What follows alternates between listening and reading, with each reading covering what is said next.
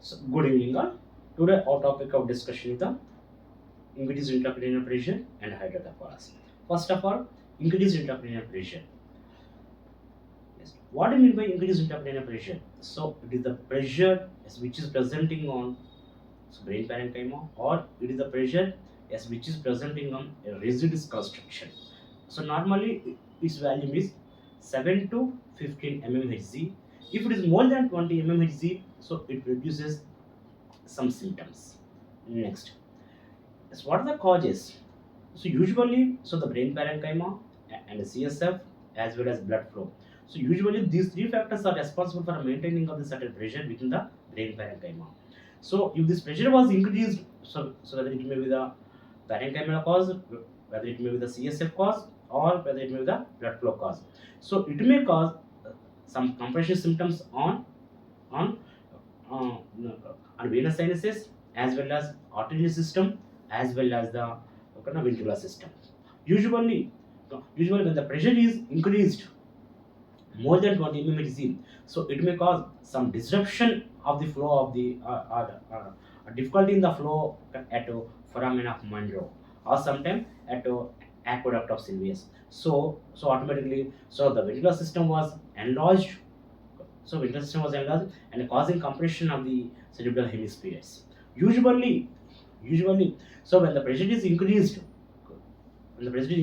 so this pressure was exerted on CSF, where it flows surrounding the brain as well as the spinal cord parenchymal tissue. So, so the CSF is act as a buffering system for increased intracranial pressure. So when the pressure was more than this buffering system, automatically it may cause compression on ventricular system. It may cause compression on ventriculars as well as the as venous as well as venous little sinuses as well as the arterial system, especially the PCO artery, posterior artery is the very important. Yes, next. Yes, what is the important study of this? Well, the most important, so the most important point here is the cerebral perfusion pressure. So the cerebral perfusion pressure is mainly depend upon increased intracranial pressure, where the pressure from above the skull wall was exerted to the base of the skull, but blood flow was presenting flowing through against gravity from the base to the apex. So the cerebral blood flow will be depend upon the pressure of the intracranium. So the cerebral peripheral pressure is equal to mean arterial pressure minus intracranial pressure. So the cerebral perfusion pressure is equal to mean arterial pressure as well as the increase as well as the intracranial pressure. So when the intracranial pressure was increased, automatically the blood flow was decreased. So the partial pressure was decreased or perfusion pressure was decreased. So this is the very important factor. Next, good.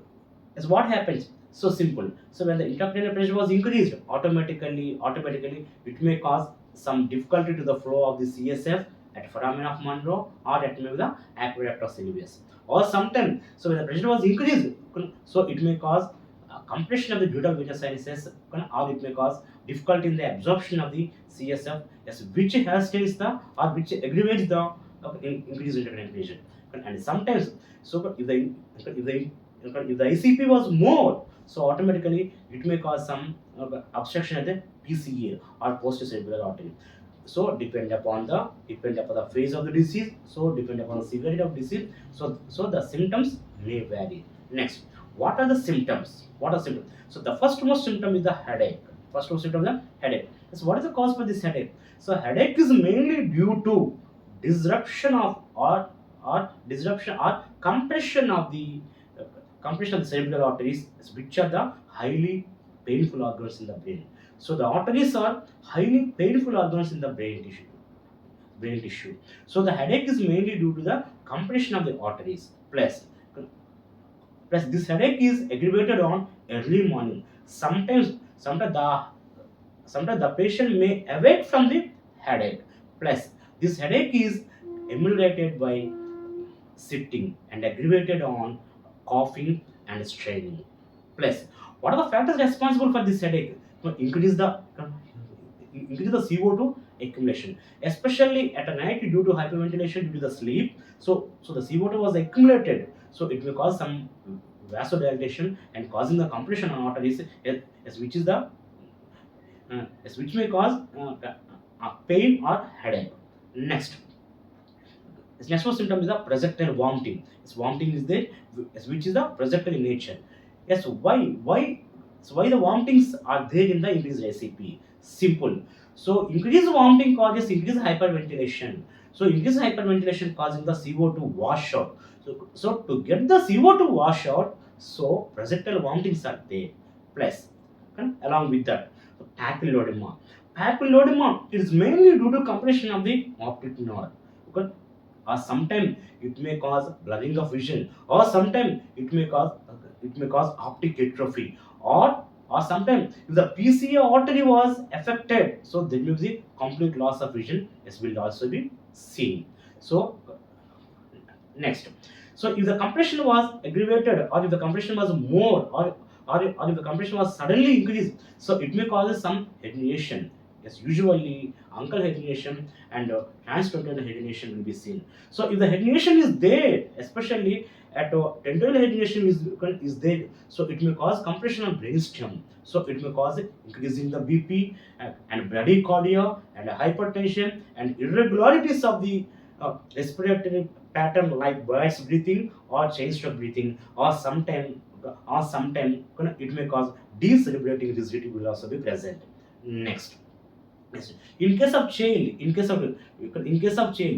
what are the symptoms? So there is mild apathy, as well as a drowsiness, as well as as well baby is not willing to take the food, and there is cry and crying is there.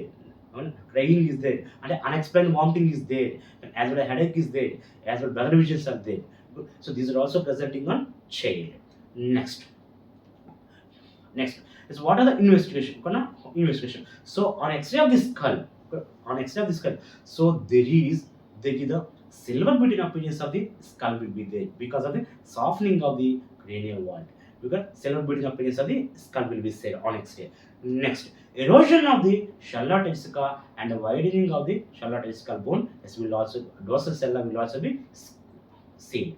Okay. Next, and the most important thing here is the Cushing reflex. Cushing reflex is nothing but increase intracranial pressure causing increase the BP. So increase in the blood pressure. So increase the blood pressure, especially which are detected by the carotid bodies as well as the aortic bodies, as which are presenting on aorta as well as carotid arteries. So they will send the impulses to the vasomotor center. So from there to the heart. So it may cause bradycardia. So increased ICP causes increasing the BP and decreasing the heart rate. So it is called as a Cushing reflex. It is called a Cushing reflex. So, so here the important points are simple. What will normal pressure? It is a 7 to 15 mmHg. If it is more than 20, automatically the symptoms will appear. If it is more than 25, so the severe symptoms may appear. Next. So what are the symptoms? So headache, early morning headache, and projectile vomiting, and bradycardia, and papillodema, and hypertension. Okay, and you depend upon the symptomatology, depend upon the location of the patient. So the symptoms may vary. Yes, usually the third nerve will be affected, or it may be ipsilateral, or sometimes it will be the contralateral of the third nerve will also be affected. Next, what are the X-ray findings? X-ray findings are two: silver beating appearance of the skull as well as the erosion of the charlotte ischica. Okay. So these are the important points of the increased ICP. Yes, next one is hydrocephalus.